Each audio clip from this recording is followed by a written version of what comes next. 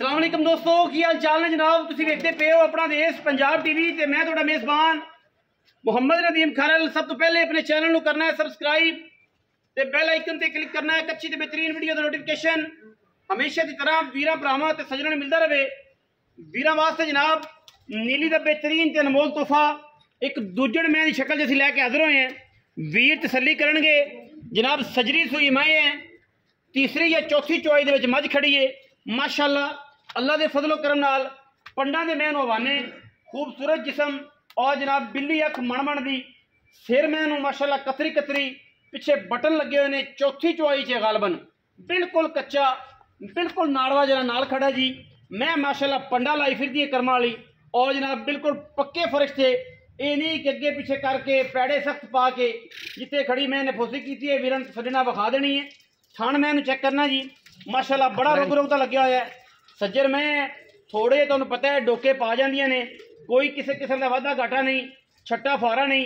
मैं बड़ी वलैती है मगर कट्टी है। चौथी चौई दे विच मझ है और जनाब बिल्कुल कच्चे नाड़वे विच खड़ी है। मैं दी क्वालिटी ते क्लास वीरन थल्ले ना वेख लैनी माशाअल्लाह। पन्ना दा वाना बड़ा कमाल हवाना, खूबसूरत मरले मरले दी वंड और माशाअल्लाह जिसम मैं दा क्या खूबसूरत है। सिर कुंडा, अखां बिलियां, मत्थे तो जज्जी, कन्ना विच भी गिट गिट पशम है और तुन्नी कोलजा ते निशान ही कोई ना कर्म वाली नूं।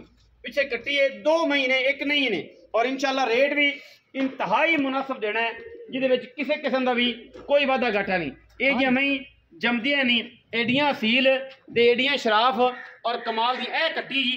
कैमरामैन साहब नाड़वा विखाया जी नाल खड़ा, कच्चा नाड़वा खून वाला और मैं क्या बात है माशाअल्लाह। अल्लाह के फजल नाल ये जी आम नहीं जमदियां। राशिद भाई मैं टोरो मैं जरा तसली ना टोर के बखाओ। मैं हल्की जी लो भी ली फिरती बहाने थे सज्जर मैं तुम पता डोके पा जाती है। बड़ा चौड़ा बहाना सो माशाअल्लाह कर्मा वाली का कद बड़े कबाड़ ते नस्ल दाता बड़ियां इंशाअल्लाह। एक पासों हथ थानू पैना दूसरे पासों नहीं पैना। चोण पीण च पता लगेगा कि मझ की क्या क्वालिटी थी। थान की वंड ते थान की ग्रिप जी है वो चेक करनी केडा मोटा ते माशाअल्लाह पसंद के भी इतने ना वड्डा ना इस तो पारा एडे एडे थान रखना। मैंने बड़ी नस्ल मैनू अल्लाह के फजल नाल ते बड़ियां क्वालिटियां ने, बड़ी साफ सुथरी ते क्वालिटी एक नंबर जनाब झोटी है तुजन और इंशाअल्लाह है भी नीली दी। कोई भी वीर मझ नूं पूरा परख लवे, पूरी तसल्ली कर लवे। अज तक वेंदे पे जे अब बिल्कुल नाड़वे जिहड़ी कढ़दी फिरदी चौथी चौई दे विच मैं और इंशाअल्लाह ए जियां जियां मई एडियां एडियां तगड़ियां एडी एडी जिसामत वालियां और एडी एडी क्वालिटी वालियां आम जपदियां नहीं इंशाअल्लाह लभड़ियां पैंदियां ने पूरी मार्केट टुर फिर के और इंशाअल्लाह साफ सुथरी मझां क्वालिटी वालियां मगर मैं ते कट्टी है और जनाब 2 महीने वीरां ने पूरी तसल्ली दे नाल चेक कर लैणियां ने इंशाअल्लाह। वीर तसल्ली पूरी करनगे माशाअल्लाह अल्लाह के फजलो करम नाल। बिल्कुल कट्टी वीरां सामने माशाअल्लाह मां नूं बिल्कुल बेताब है चुंगण नूं। कट्टी छड़ दे राशिद, कट्टी छड़ दे बिल्कुल किसी किस्म का भी बे ऐब 1% भी नहीं। पानी तो छड़ दी मझ इंशाअल्लाह।